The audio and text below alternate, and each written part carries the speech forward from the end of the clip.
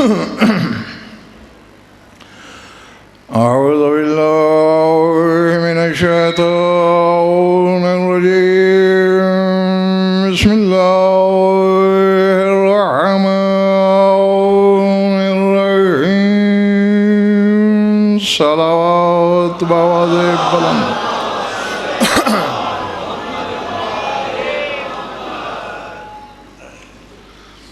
توجہ ہے، بات شروع کی جائے۔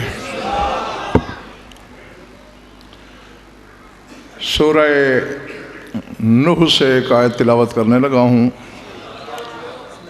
جہاں جہاں بھی تشریف رکھتے ہیں آپ، جو بھیجوں وصول کریں، جو بولوں لوح دل پہ لکھیں، سمجھ میں آئے تو پھر اتنا بولیں کہ احساس ہو مجھے کہ میرا خطاب ارباب ولایت سے ہے، ارباب انکار سے نہیں ہے۔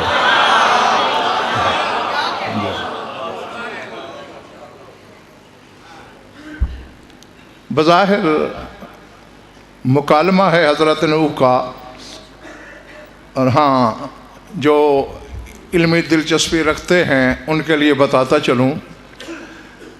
نقوی صاحب اگر زمانہ صرف اس بات پر غور کر لے کہ اللہ نے جو قرآن میں 114 صورتیں نازل فرمائی ہیں، ان کے نازل ہونے کی ترتیب کیا ہے،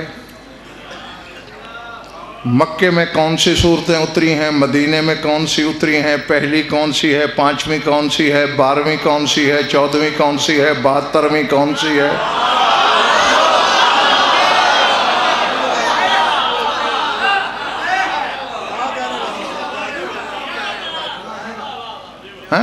اور ہر نازل ہونے والی صورت کا آغاز کس لفظ سے ہو رہا ہے، اور اس میں مقصد توحید کیا پوشیدہ ہے، صرف یہی سمجھ میں آ جائے تو جہاں سے سورج نکلتا ہے اور جہاں تک ڈوبتا ہے دنیا میں 14 کا ایک بھی منکر نظر نہ آئے۔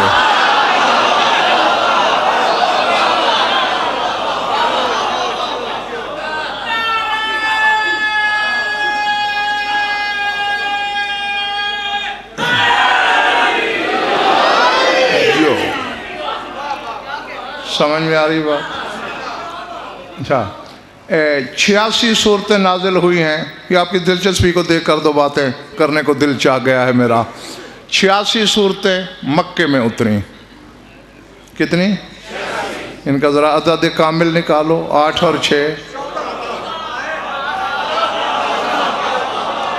اور مدینے میں 28 صورتیں اتریں، اور 28 ہی حروف ہیں تہجی کے، اسی کے مطابق 28 حرف ہیں، ان میں 14 نقطہ دار ہیں اور 14 بغیر نقطے کے ہیں۔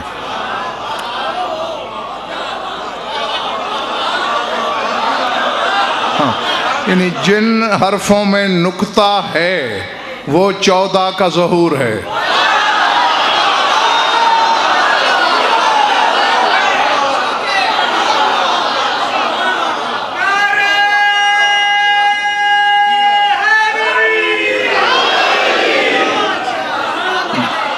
سمجھ میں آ گئی؟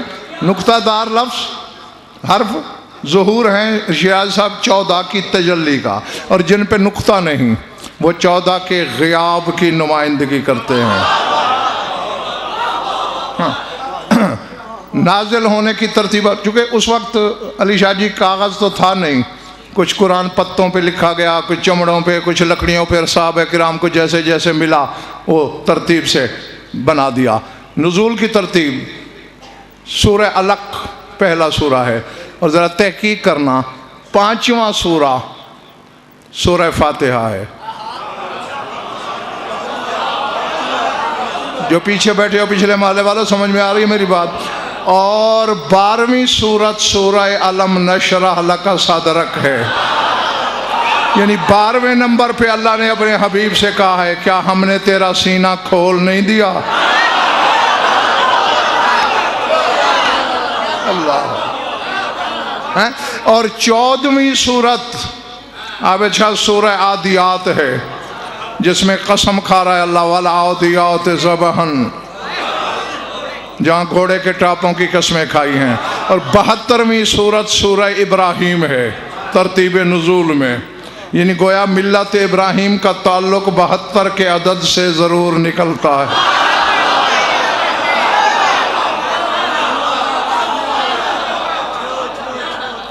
اور یہ تنہائی میں بیٹھ کر ادھر اس محلے والا سوچنا، جب 14 صورتیں نازل ہو چکی مکے میں تو باقی بچیں 72، اور جب 72 نازل ہو گئیں باقی رہیں 14 اور 72 کا ہی کھیل ہے قرآن میں۔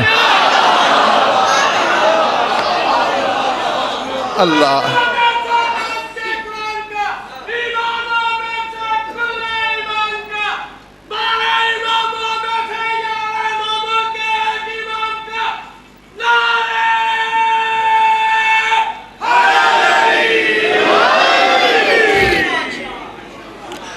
اچھا، حروف تہجی کتنے ہیں بھلا؟ شادباش۔ اور یہ اس لیے تھوڑی سی تمہید باندھی ہے کہ شاید آپ میرا اشارہ سمجھ سکیں، سورہ نوح کی آیتیں بھی 28 ہیں۔ قرآن میں 2 صورتیں ہیں جن میں 28 آیتیں ہیں، ایک سورہ نوح اور ایک سورہ جن۔ ہاں، فی الحال میں اس بحث میں نہیں پڑھنا چاہتا۔ تو اس میں ارشاد ہو رہا ہے مالکم لا ترجون للہ وقارا وقد خلقکم اطوارا، لوگو تمہیں کیا ہو گیا ہے، تم اللہ کا وقار کیوں نہیں چاہتے؟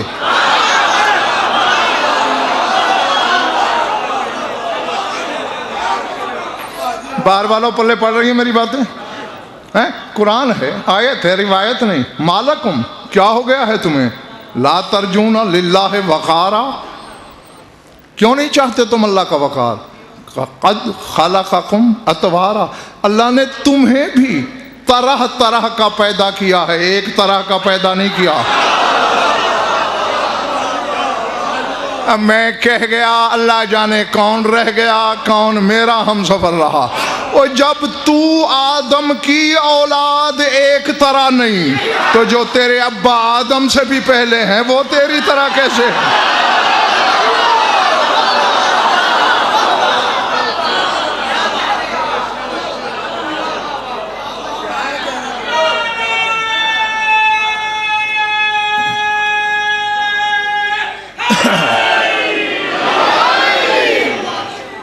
اچھا، یہ نقوی صاحب کیوں اللہ کو چشتی صاحب یہ شکوہ ہے مخلوق سے؟ لا ترجون للہ وقارا، تم اللہ کا وقار نہیں چاہتے۔ کوئی ایک بھی ایسا ہے؟ بندے ہی 2 قسم کے ہیں شیراز صاحب، یا اللہ کو ماننے والے یا نہ ماننے والے۔ جن کے نزدیک اللہ ہے ہی نہیں، وقار یا بے وقاری کا سوال ہی نہیں، مانتے ہی نہیں۔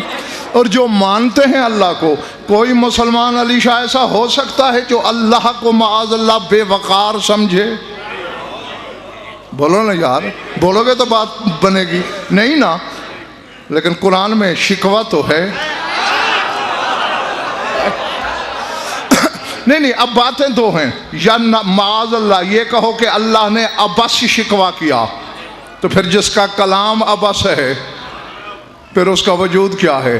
اور اگر شکوہ بجا ہے تو پھر سوچو نا، کہیں کہتا ہے تم اللہ کا وقار نہیں چاہتے، کہیں کہتا ہے ما قدر اللہ حق کا قدر ہی، تم نے اللہ کی وہ قدر ہی نہیں کی جو میرا حق تھا۔ ہاں، بس میں آسان منزل کی طرف آ گیا ہوں۔ ہادی کو دل میں آواز دے دینا، شاہ نجف سے مدد مانگنا، ہدایت کے در خود بخود کھلتے چلے جائیں گے، کیونکہ معرفت کا سب سے بڑا کامیاب ترین نسخہ یہی ہے کہ تم تسلیم کا در کھولو، وہ ہدایت کا در کھول دیتے ہیں۔ اور جو سوچ کا در کھولے تو پھر ہدایت کے در بند ہو کے تالا لگ جاتا ہے۔ کہیں کہتا ہے میری قدر نہیں کی، کہیں کہتا ہے میرے وقار کو نہیں چاہتے ہو۔ تحقیق کے بعد پتہ یہ چلا کہ وہ تو بدن رکھتا نہیں، بے جسم ہے، بندوں میں آتا نہیں، اس کو تو نہ کسی نے بے وقار کیا، نہ کہا، نہ ناقدری کی، اس نے کچھ حجتیں اپنے نمونے پر بنا کر بندوں میں بھیجی۔ نمونہ اس کا تھا، لوگوں نے کہا ہم جیسے ہیں۔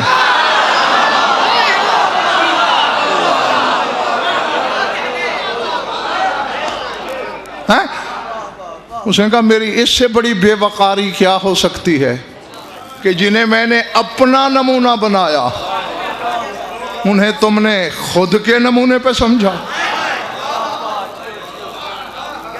ہے۔ اور اب میں علم غیب میں نہیں رکھتا معاذ اللہ، لیکن چہرہ پڑھنے کا غضنفر سے بڑا ماہر ممبر پہ مولا نے بٹھایا ہی کوئی نہیں۔ ہاں، ہر چہرے کی کتاب پہ نظر ہے میری کہ سطر سطر کیا لکھا جا رہا ہے۔ میں ہر جملے کے ساتھ نہ کوئی صاحب دیکھتا رہوں گا کہ کہاں شجرے لکھے جاتے ہیں، کہاں ولایت لکھی جاتی ہے۔ اللہ اکبر، اللہ اکبر۔ اب دیکھنا، قادر مانتے ہو اللہ کو؟ نہیں، میں پہلے ایک چھوٹی سی مثال دوں تاکہ یہ بچے بیچارے جو بیٹھے ہیں ان کے پلے بھی کچھ پڑے، یہ خالی جھولی لے کے نہ جائیں۔ اب آپ یہ کہو غضنفر بڑا عالم ہے، اب دو بندے ہیں، ان سے تشریح پوچھی جائے بھئی کیسا عالم ہے؟ ایک ہے بڑا عالم ہے، ہر علم جانتا ہے۔ دوسرا کہ ہاں خود ہر علم جانتا ہے لیکن یہ علم آگے کسی کو دے نہیں سکتا۔ یہ میری تعریف ہے؟ بولو برآمدے والو، یہ تعریف نہیں، یہ میرا عجز ہے، یہ میری عاجزی ہے۔ بھئی میں کیسا عالم ہوں کہ اپنا علم آگے کسی تک منتقل ہی نہ کر سکوں؟ یہی کوئی تو 14ویں صدی کا مقصر مولوی کر رہا ہے۔ اللہ کو تو قادر مانتا ہے، کہتا ہے مگر آگے محمد و آل محمد کو یہ قدرت نہیں دے سکتا۔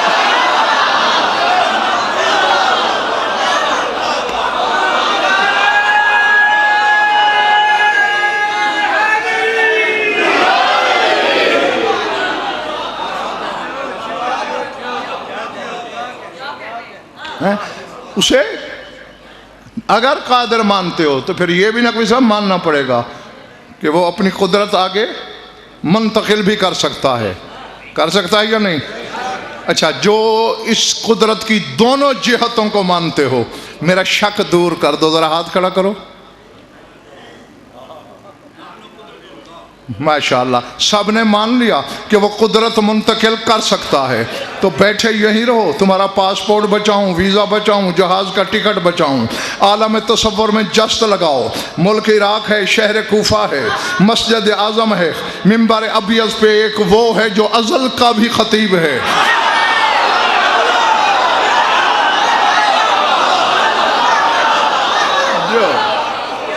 وہ کہہ رہا ہے ایھا الناس انا ید اللہ القادر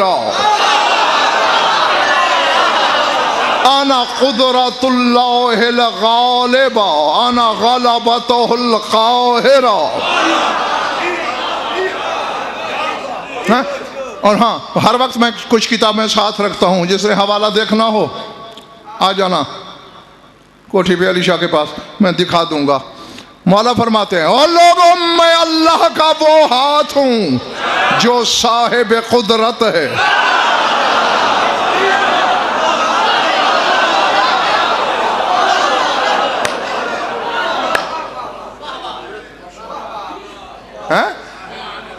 حالانکہ یہ کہہ دیتے میں اللہ کا ہاتھ ہوں کافی تھا، لیکن نہیں، آگے کا ید اللہ القادر، میں اللہ کا صاحب قدرت ہاتھ ہوں۔ ہاں، وَقُدْرَتُهُ الْغَالِبَ، میں اللہ کی غالب قدرت ہوں۔ حالانکہ اللہ کی قدرت معاذ اللہ عاجز کہاں ہو سکتی ہے، لیکن پھر غالبہ کہا، میں اللہ کی قدرت غالبہ ہوں۔ وَغَلَبَتُهُ الْقَاهِرَ، میں اللہ کا وہ غلبہ ہوں جو صاحب قہر و اقتدار ہے۔ اللہ العظمت للہ۔ پچھلے محلے پہ گھبراہٹ تو نہیں طاری ہو گئی؟ ہاں، اس طرح جس نے تسلیم کیا اس نے اللہ کا وقار مانا۔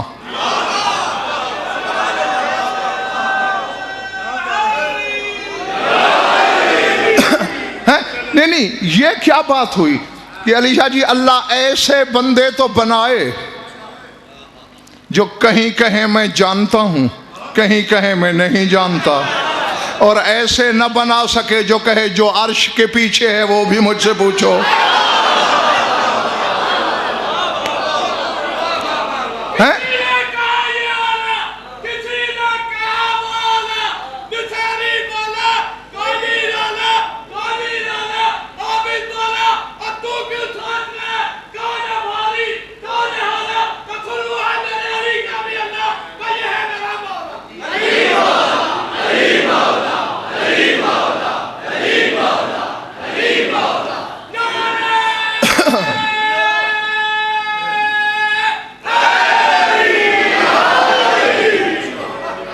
سمجھ میں آ رہی ہے میری بات؟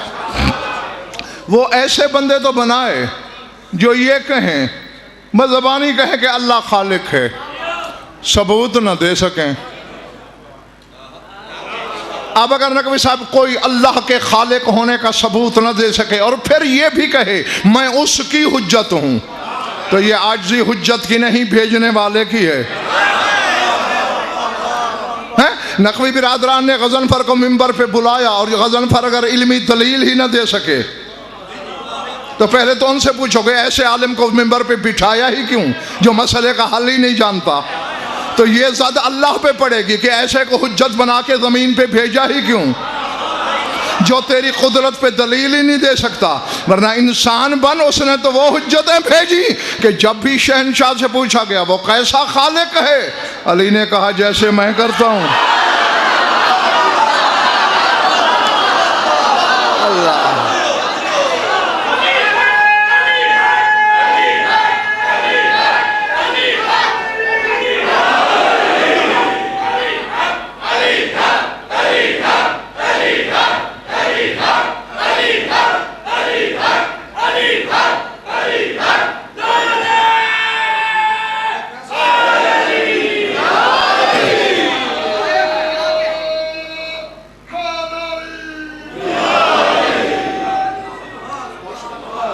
گھبراہٹ تو نہیں ہو رہی؟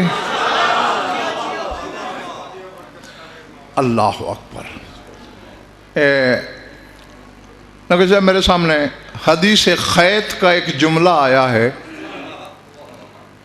حدیث خیط بہت لمبی چوڑی حدیث ہے اور اسی طرح مسلم ہے مذہب اہل بیت میں جیسے اللہ ایک۔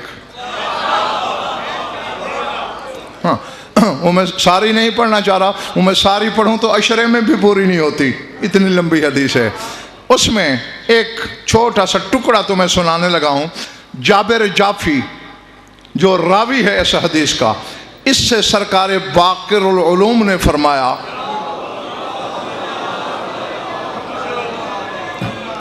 بشرطے کہ پچھلا محلہ مجھے یقین دلا دے کہ تھکے نہیں ہو تو، فرمایا یا جابر ان لنا عند اللہ مکانا ومنزلتا رفیعتا ولولانا لم یخلق اللہ ارضا ولا سماء ولا جنتا ولا نارا ولا شمسا ولا قمرا ولا برا ولا بحرا ولا سهلا ولا جبلا ولا طيرا ولا رطبا ولا يابسا ولا ماء ولا نباتا ولا شجرا وَاِخْتَرَعَنَ اللَّهُ مِن نُورِ ذَاتِهِ وَلَا يُقَاسُ بِنَا بَشَرٍ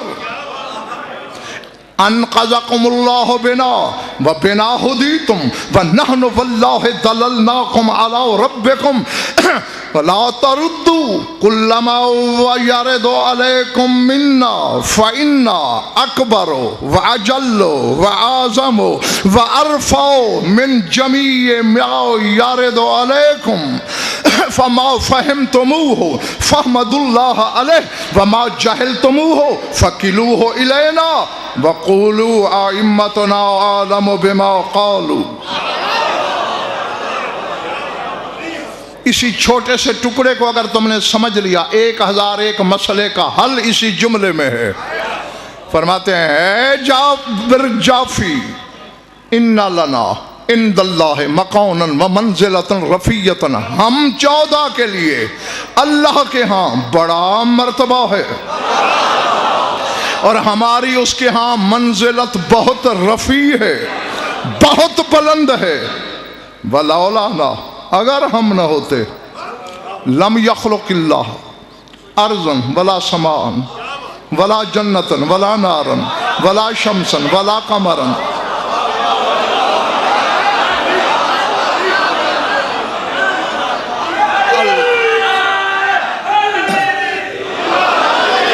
ولا برا ولا بحرا ولا جبلا ولا سهلا ولا طيرا ولا ماء ولا نباتا ولا شجرا، ہم نہ ہوتے اللہ زمین خلق نہ کرتا، آسمان خلق نہ کرتا، سورج خلق نہ کرتا، چاند خلق نہ کرتا، بر خلق نہ کرتا، بحر خلق نہ کرتا، پہاڑ خلق نہ کرتا، وادیاں خلق نہ کرتا، کوئی اڑنے والا خلق نہ کرتا، پانی خلق نہ کرتا، نباتات خلق نہ کرتا، شجر حجر مدر خلق نہ کرتا، بس اخترعنا من نور ذات ہی، اس نے ہم 14 کو اپنی ذات کے نور سے اختراع کیا۔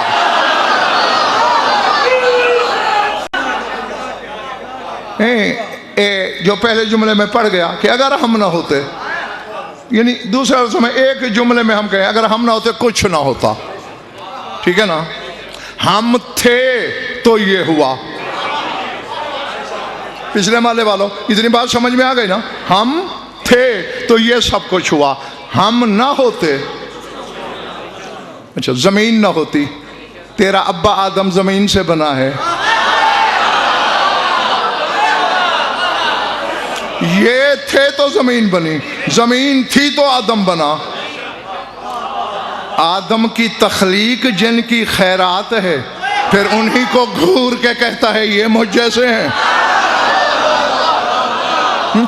تو اپنے وجود میں آدم کا محتاج ہے اور آدم اپنے ہونے میں ان کا محتاج ہے۔ جو ہاں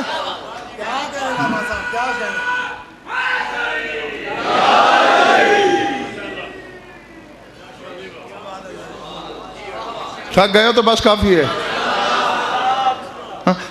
اچھا کچھ نہیں تھا، یہ تھے۔ اجمالاً شیراز صاحب جس کو مانتے ہیں نا اسے تفصیلاً نہیں مانتے۔ ہاں لطف تو یہ ہے کہ جس چیز کو اجمالاً مانو اسے تفصیلاً بھی مانو، جس چیز کا ظاہر مانو اس کا باطن بھی مانو۔ اب غضنفر کے ظاہر کو مانو اور باطن کو نہ مانو، جس کا علم ہے۔ ظاہر تو تم جیسا ہے، دیکھ لو، کہیں 4 ہاتھ ہیں میرے، یا کہیں نور کے ہاتھ ہوں، ہاتھ تم جیسے، کان ناک چہرہ ہر چیز تم جیسی ہے، تو پھر تم ادھر کیوں ہو، میں منبر پہ کیوں ہوں؟ چونکہ علم میرے باطن میں ہے۔ ظاہر کو مانو اور باطن کی پرواہ ہی نہ کرو، پھر میں تسلیم کروں گا کہ تم میرے چاہنے والے ہو، تو پھر یہی جرم تو تم کر رہے ہو۔ توحید کے ظاہر کو مان رہے ہو، باطن کو مانتے ہی نہیں۔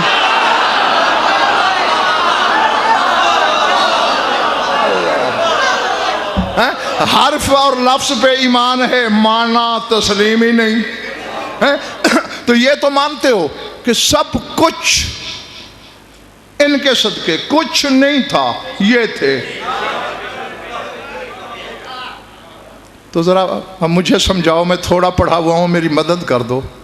تھا تو کچھ نہیں، اگر زمین ان سے پہلے ہوتے نقوی صاحب میں انہیں خاکی کہتا۔ بے زمین پہلے ہے، ہاں یا نہ کرتے رہنا ساتھ۔ اگر آسمان پہلے ہوتا میں انہیں ملکوتی کہتا۔ اگر جبروت ان سے پہلے ہوتا میں انہیں جبروتی کہتا۔ اگر نور ان سے پہلے ہوتا میں انہیں نوری کہتا۔ جوہر ان سے پہلے ہوتا جوہری کہتا۔ عنصر پہلے ہوتا عنصری کہتا۔ شے پہلے ہوتی تو مشئی کہتا۔ شے تو ہے نہیں، اب مجھے نشاندہی کر ان سے پہلے کیا ہے تاکہ انہیں اس جیسا کہوں۔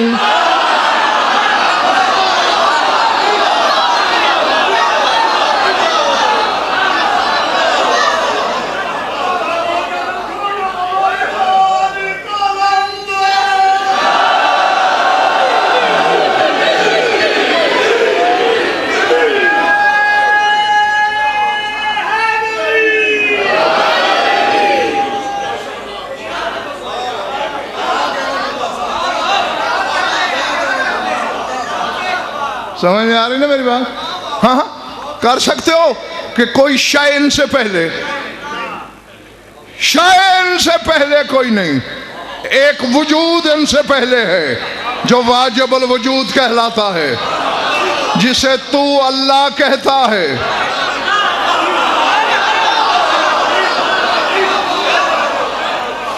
اب میں کیا کروں، کہاں جاؤں؟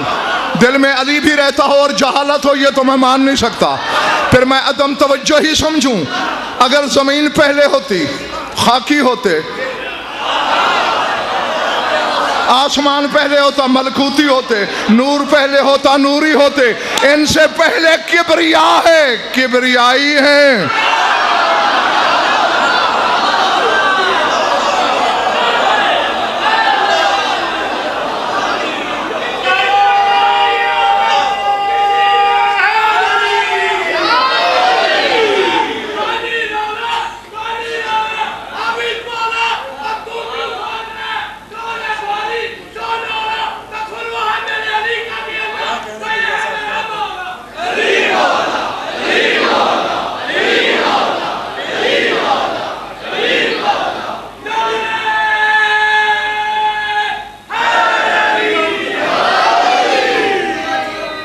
پہلے پڑھ رہی ہے میری باتیں دوستو؟ ان سے پہلے صرف ان کا اللہ ہے۔ دعویٰ کرے جو بندہ میں اللہ کو جانتا ہوں، وہ کیا ہے؟ میں لکھ دیتا ہوں وہ محمد و آل محمد کو بھی جانتا ہے کہ یہ کیا ہیں۔ اور اگر وہ آدم سے بھی نہیں جانا جاتا تو پھر 14 اولاد آدم سے کیسے جانے جا سکتے ہیں بھائی؟ یعنی جن کا ہونا، آج تک علی شاہ جی میں نے بڑے بڑوں کو ٹٹولا، مشہور عالم حدیث مجھے نہیں سمجھا سکے نقوی صاحب، منبر کی قسم۔ حالانکہ شیعہ سنی کتابوں میں بھری پڑی ہے، برادران اہل سنت اپنی مرضی کے علماء سے پوچھ رہے ہیں کہ ہے یا نہیں۔ رسول نے فرمایا کنت نبیا و آدم، دیکھا اتنی مشہور ہے، آگے آپ نے خود پڑھی کہ آدم ابھی آب و گل کے درمیان تھا، میں نبی تھا نہیں، نبی تھا۔ نبی ہو اور امت نہ ہو یہ عقل مانتا ہے؟ تو آدم تو تھا نہیں۔ علماء سے کہو غضنفر کو یہ سمجھائیں تب اس کی امت کیا تھی۔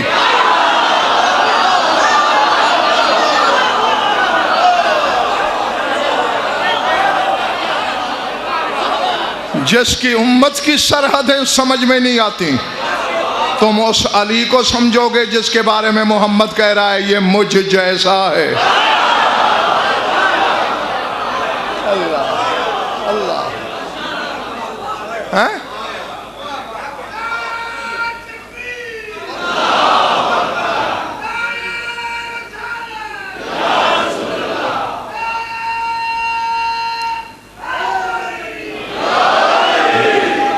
بلکہ دعویٰ برابر کا ہے۔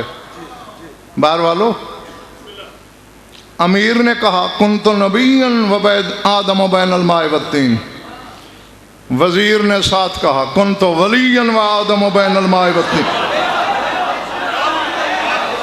جب آدم آب و گل کے درمیان تھا میں تب ولی تھا، اب ولی ہو تو موالی بھی تو ہوں گے۔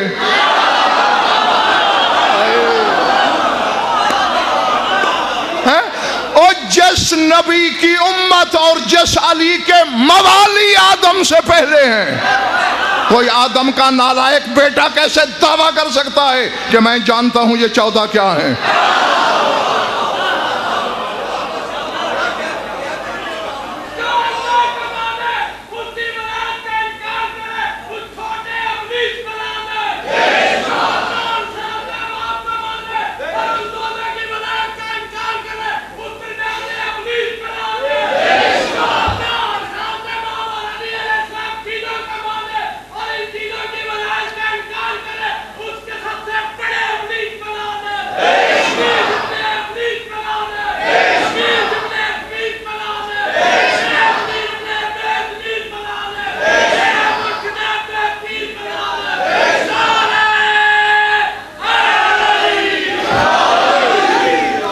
اخترانا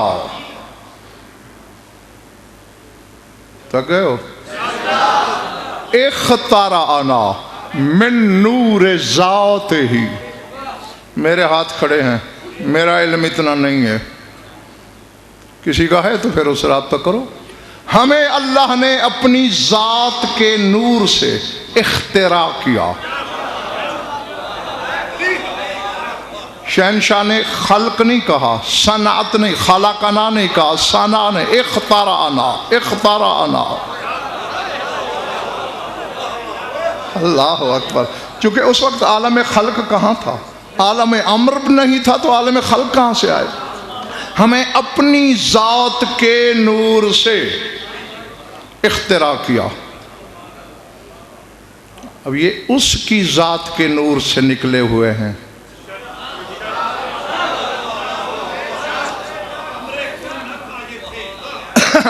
اب نقوی صاحب میں کہنا بھی چاہتا ہوں اور کہہ بھی نہیں پا رہا، کیونکہ میں یہ نہیں چاہتا کسی موالی کا ظرف عقیدت چھلک جائے یا الٹ جائے یا کسی کے ضبط کے تسمے ٹوٹ جائیں. میں تو چاہتا ہوں کہ ہر شخص کے عقیدہ کے قبلہ کی دیوار عرش اولا تک سیدھی جائے. اس کے نور ذات سے اختراع ہوئے ہیں. اب جو کچھ بھی تصور کر لو، اس کا عکس، اس کا سایہ، اس کا ظل، اس کا ظاہر، اس کا پرتو، جو بھی سمجھو ہیں اس کا، نکلے اس سے ہیں. اسی لیے یہ تو کئی دفعہ شیراز صاحب اسی منڈی بہاؤالدین کے ممبر سے بھی میرے درجنوں خطاب ہو چکے ہیں کہ اسی لیے جب دنیا چھوڑتے ہیں تو مرتے نہیں، اسی کی طرف لوٹتے ہیں جہاں سے برآمد ہوئے تھے. تیرے رسول سے اللہ نے قرآن میں نہیں کہا فَإِذَا فَرَغْتَ فَانْصَبْ وَإِلَىٰ رَبِّكَ فَارْغَب، جب تبلیغ سے فارغ ہو جانا، جانشین بنا لینا، پھر رب کی طرف لوٹ آنا.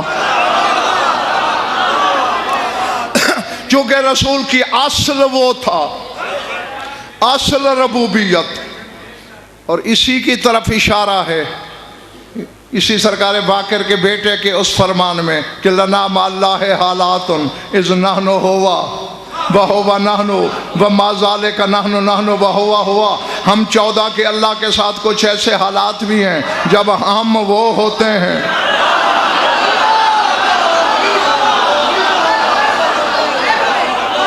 اور جب وہ ہم ہوتا ہے، اس کے باوجود وہ رہتا ہے، ہم رہتے ہیں. اب مولانا نقوی صاحب چشتی صاحب یہ نہیں بتایا کہ کس وقت ہم وہ ہوتے ہیں اور کس وقت وہ ہم ہوتا ہے. اب یہ ہو سکتا ہے کہ ابھی جب تم مغرب کی نماز پڑھو یہ وہ ہوں، یا اس وقت وہ یہ ہو. پھر یا تو پکی غیرت کر نماز پڑھ ہی نہیں.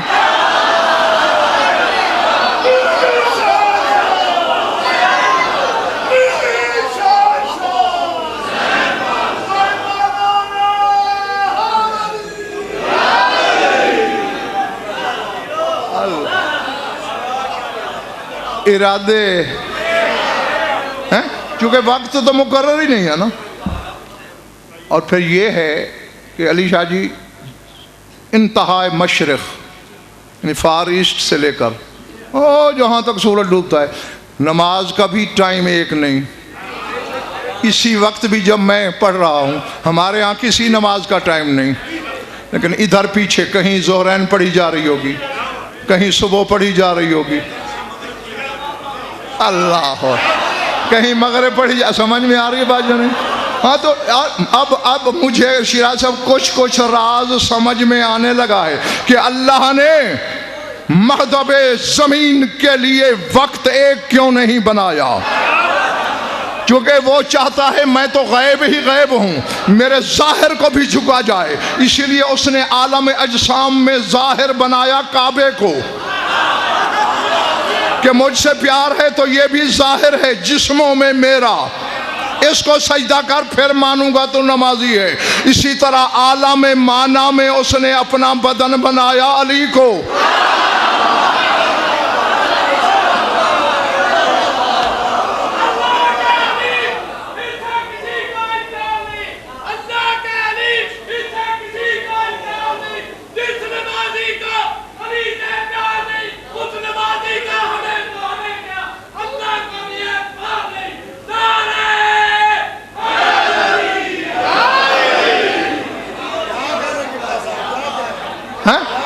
اسی لیے وقت ایک نہیں.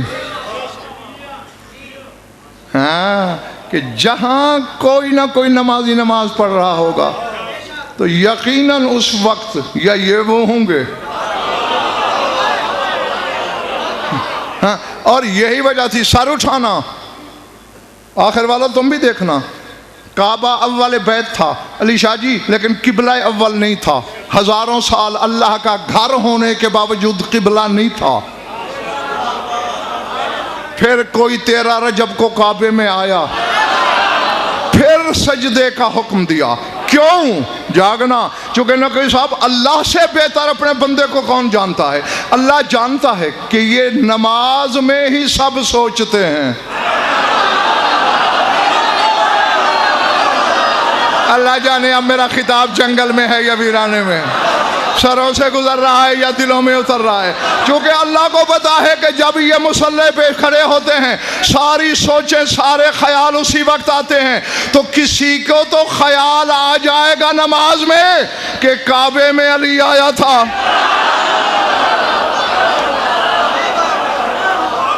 اللہ اللہ.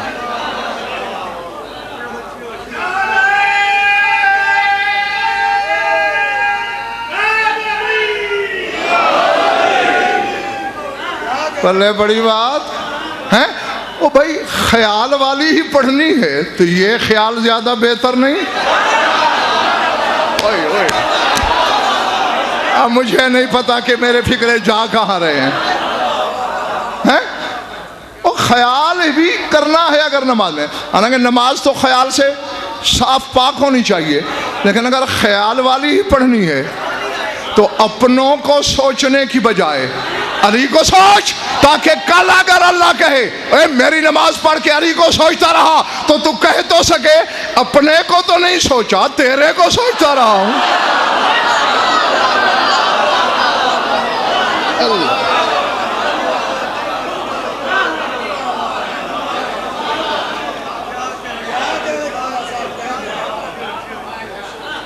ارادے جو اللہ نے ہمیں اپنے نور ذات سے، بار بار بول تو نہیں گئے ہو نا ادھر والے، اخترانا من نور ذات ہی، اللہ نے اپنی ذات کے نور سے اختراع کیا. یہی وجہ ہے نقوی صاحب کہ جو ان کی عزت کرے اللہ کہتا ہے میری ہوئی ہے. اس سے نکلے ہیں نا.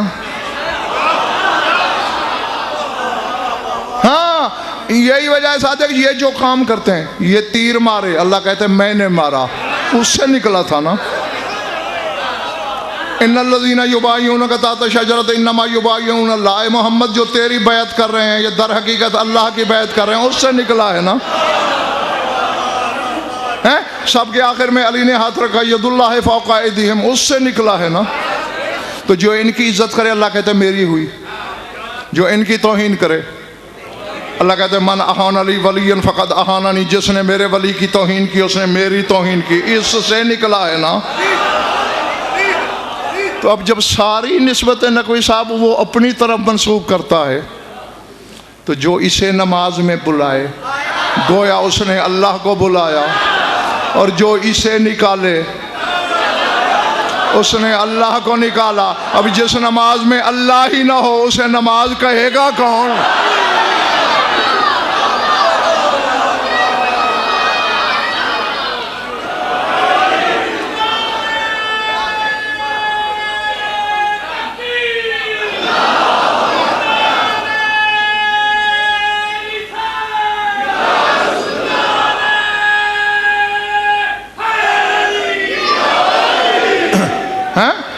میں ایسے بندے کو کم از کم شیرازی صاحب شیعہ ماننے کے لیے تیار نہیں جو علی ولی اللہ بھی پڑھے اور علی کا اپنی نماز میں آنا گوارا بھی نہ کرے، برداشت بھی نہ کرے. ایک چھوٹا افسر گھر میں آ جائے تو 6 مہینے محلے والوں کو منہ نہیں لگاتا. میرے گھر افسر آیا اور تیری نماز میں علی آ جائے،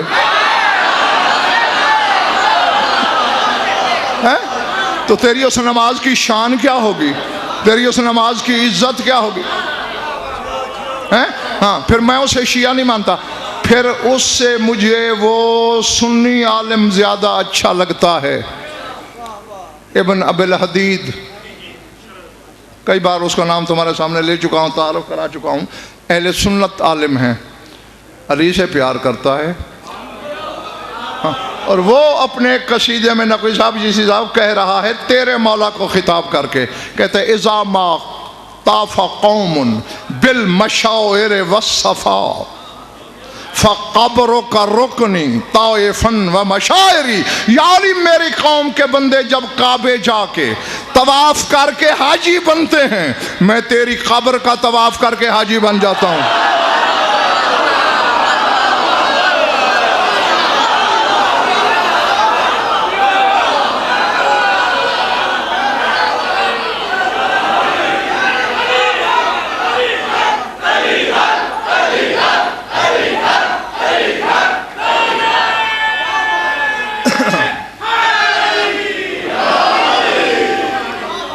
جیو جب تک تمہارا دل چاہے، یہ اہل سنت عالم کہہ رہا ہے فَقَبْرُكَ رُكْنِي طَائِفًا وَمَشَاعِرِ، تیری قبر میرے لیے رکن بھی ہے، مشاعر بھی ہے، میں اسی کا طواف کر کے حاجی بنتا ہوں۔ اللہ نے ہمیں اپنے نور ذات سے اختراع کیا، وَلَا يُقَاسُ بِنَا بَشَرٌ، خبردار ہے جابر جافی، بشر کا ہم پہ قیاس نہ کرنا۔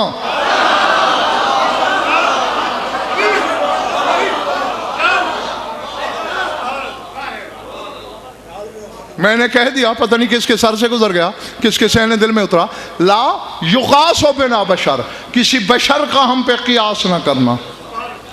اس ایک جملے میں کائنات بند ہے، ایک چھوٹے سے فکرے میں، بشر کا قیاس نہ کرنا، جو جو بشر میں ہے ان میں نہیں۔ میں نے کلیہ بتا دیا، بچوں تم بھی سوچو تو باتیں سمجھ میں آتی رہیں گی۔ جو چیز بشر میں ہے ان پر قیاس نہیں ہو سکتا۔ اب گھر جا کے آج رات لسٹ بنانا کہ تم میں کیا کیا ہے، بس جو جو تجھ میں ہے وہ ادھر نہیں ہے۔ اللہ، سمجھ میں آئی بات؟ ہاں۔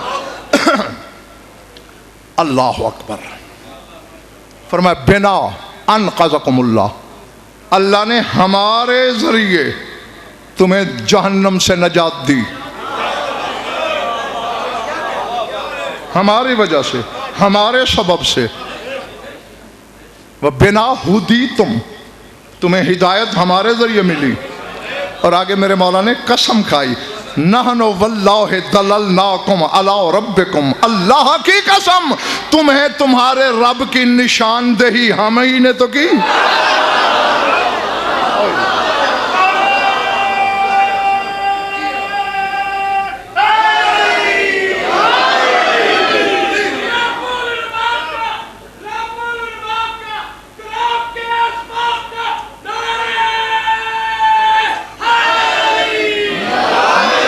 نحن دللناکم، ہم نے نشاندہی کی۔ علی شاہ جی یہ نہ ہوتے اس کی نشاندہی کون کرتا؟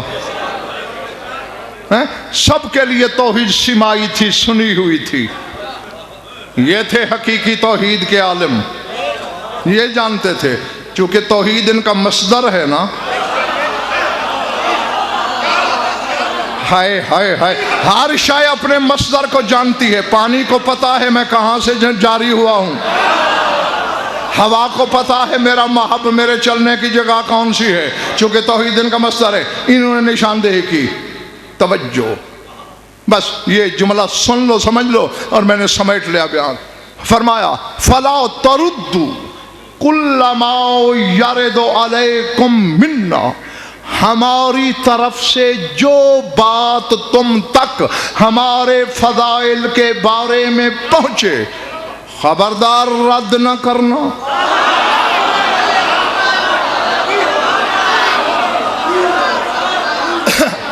آگے جو جملے آنے والے ہیں وہ جملے نہیں، کیمرے کے پیچھے والو، اگر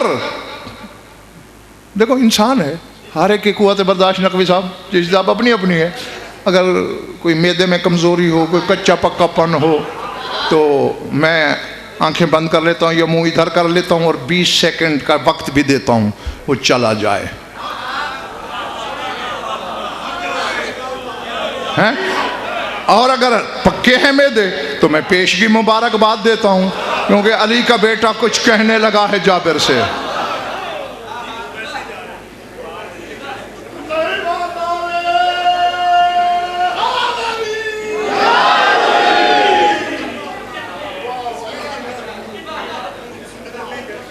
ہاں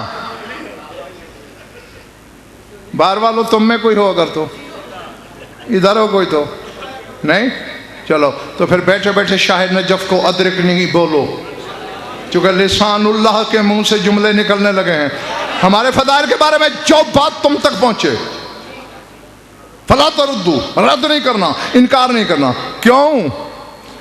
انا اکبرو وَأَجَلُّ وَأَعْظَمُ وَأَرْفَعُ مِنْ جَمِيعِ مَا وَرَدَ عَلَيْكُمْ، جتنے بھی فضائل تم تک ہمارے پہنچے ہیں ہم اس سے کہیں اکبر ہیں۔ جو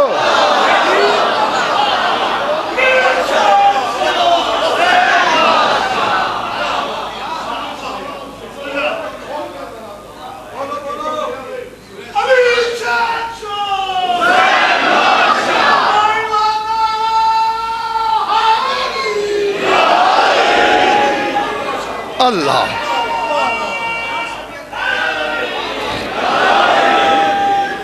کیا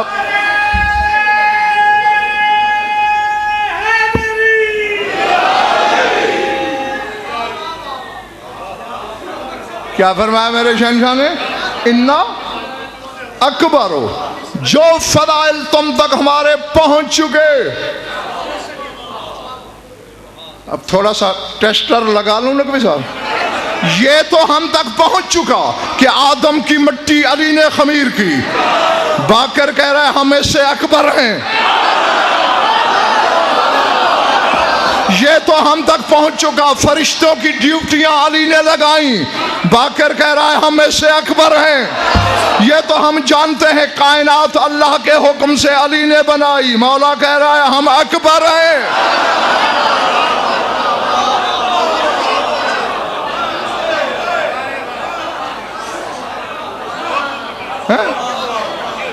یہ تو ابھی آج دوسرا زینہ ہے، ابھی 8 سیڑھیاں پڑی ہیں۔ جس نے پر کتروا لیے ہیں وہ مجلس میں تکلیف نہ کیا کرے۔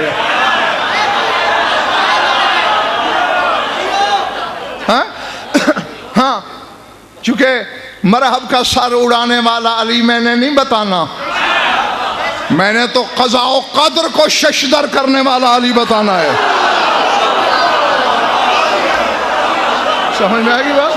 ہاں، جو تقدیر کو حقا بقا کر دے، جو آدم کو انگشت بدندہ کر دے، جو عیسیٰ کو محو حیرت کر دے۔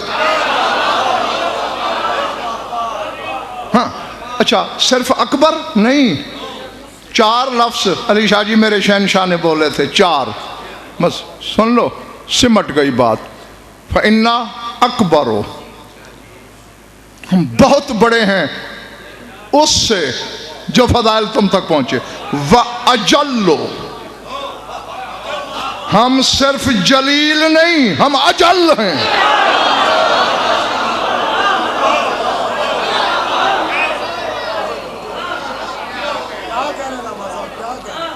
میں نے کچھ کہا تو ظرف یوں ٹھپ ہو جائیں گے۔ ہاں جلیل سے ہے، اسی سے اسم تفضیل ہے اجل۔ اجل کے معنی ہے بہت بڑا جلیل، جلال اس کا مصدر ہے، اسی سے ذوالجلال ہے، اور ذوالجلال کا بیٹا کہہ رہا ہے ہم اجل ہیں۔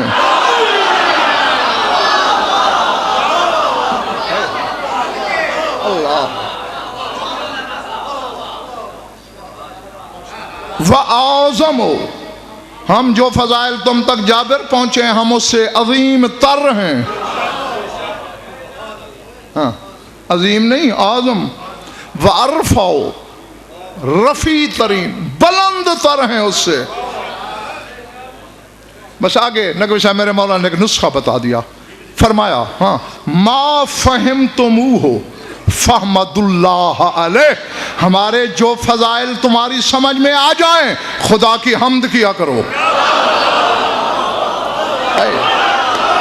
اللہ اللہ اللہ، جو فضائل سمجھ میں آ جائیں حمد کیا کرو۔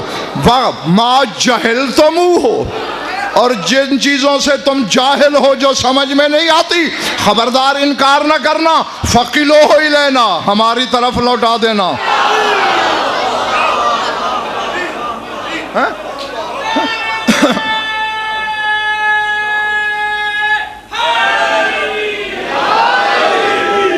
فَقِلُوهُ إِلَيْنَا، ہماری وکالت میں دے دینا، ہمارے سپرد کر دینا۔ اور یہ کہنا کیا، ائمتنا عالم بما قالوا، بھئی یہ کہہ دینا ہمارے ائمہ بہتر جانتے ہیں کہ انہوں نے کیا فرمایا۔ یعنی انکار کا حق پھر بھی نہیں ہے، ناسمجھی کے اعتراف کا حق ہے۔ اور یہی کوئی تو سلمان سے مصدر ایمان نے فرمایا تھا، پوچھا تھا نا مولا تیرا سب سے بڑا عارف کون ہے؟ فرمایا جو یہ جان لے کہ علی کو نہیں جانا جا سکتا۔ ہاں، جو جانتا ہے کہ علی نہیں جانا جا سکتا اس نے مجھے جان لیا، اور جو جاننے کی کوشش کرتا رہا اسے میں تو کیا، اسے اپنا ابا تک نہ ملا۔ درود پڑھ لو مل کر بآواز بلند۔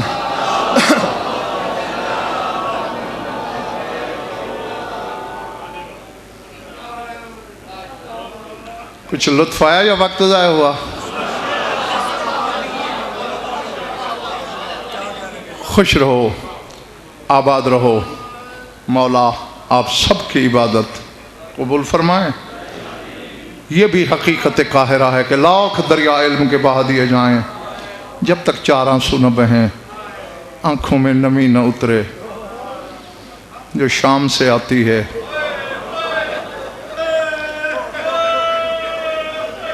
وہ راضی نہیں ہوتی۔ جو کچھ میں نے بیان کیا آپ کا علم بڑھا، وہ ان حقائق کو اس سے کروڑوں گنا بلندی پر ازل سے جانتی ہے۔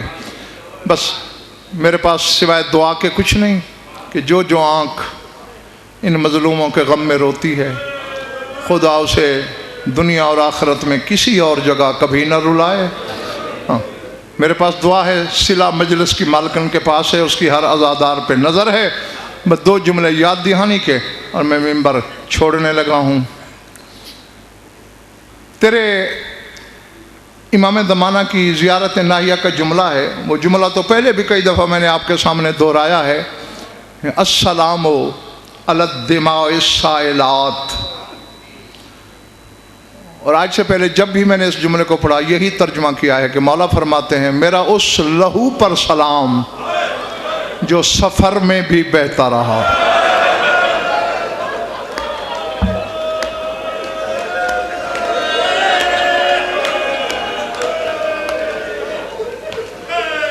اللہ اکبر، اللہ اکبر۔ ہاں لیکن یہ ترجمہ غلط تو نہیں تھا، لیکن کامل نہیں، پورا نہیں، کیونکہ مولا نے الدم نہیں کہا، دم کا لفظ نہیں، دماغ کا لفظ ہے، اور دماغ جمع ہے۔ ان خونوں پر سلام، ان لہوؤں پر سلام جو سفر میں بہتے رہے۔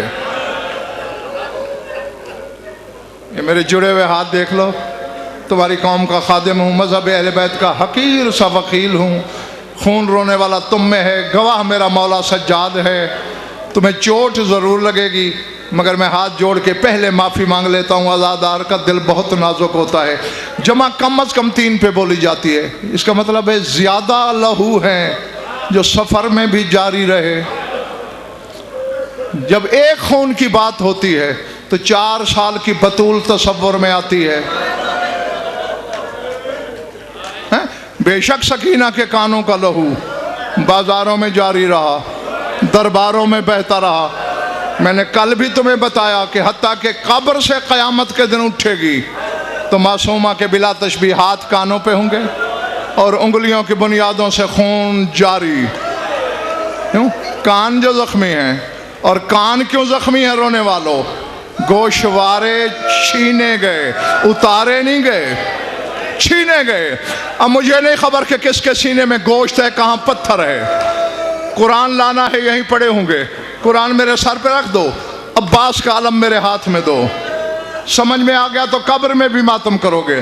صرف سکینہ کے گوشوارے نہیں اترے، کربلا میں 4 بیبیوں کے گوشوارے اترے ہیں. اللہ اکبر. میں نے کہہ دیا ہے. اللہ جانے کے سزادار نے کیا سمجھا. 4 بیبیاں بس تیرے تصور سے پہلے ممبر میں چھوڑنے لگا ہوں. ایک تو یہی حسین کے سینے کی زینت، اس کے گوشوارے اترے. پھر ہاتھ جوڑتا ہوں. دوسرے کس بیوی کے؟ تیرے مولا علی کی بے اولاد بیٹی کے گوشوارے اترے. اللہ، میں نے کہا تھا نا کہ تیرا دل دکھے. اللہ اکبر. میں نے اسی لیے بار بار ہاتھ جوڑے تھے کہ عزادار کا دل بڑا نازک ہوتا ہے. جناب ام کلثوم کے گوشوارے اترے. ابھی تو تیرے دل کو اور زخم لگنے والا ہے. تیسری کون بیوی ہے؟ شام والی مخدومہ کے گوشوارے اترے. مجھے حسین کے آخری سجدے کی قسم، بطول کے زخمی پہلو کی قسم، زینب کے بھی کان زخمی ہوئے. بس میں جانے لگا ہوں. چوتھی بیوی کا ایک فکرہ کہہ کے چھوڑ رہا ہوں. چوتھا کون ہے؟ اس بیوی کے گوشوارے اترے جسے حسین اور زینب دونوں ماں کہتی تھیں. منڈی والوں، فضا کے گوشوارے اترے. لیکن مجھے یہ پتہ نہیں سکینہ کے گوشوارے اترے، زینب خاموش رہی. ام کلثوم کے کان زخمی ہوئے، چپ رہی. اپنے کان زخمی ہوئے، نہیں بولی. شمر حرامی نے فضا کے کانوں کی طرف ہاتھ بڑھایا. زینب نے تڑپ کے کہا عباس جلدی آ، میری ماں کے گوشوارے اتر رہے ہیں. جلدی آ، میں فضا کے کانوں کے زخم برداشت.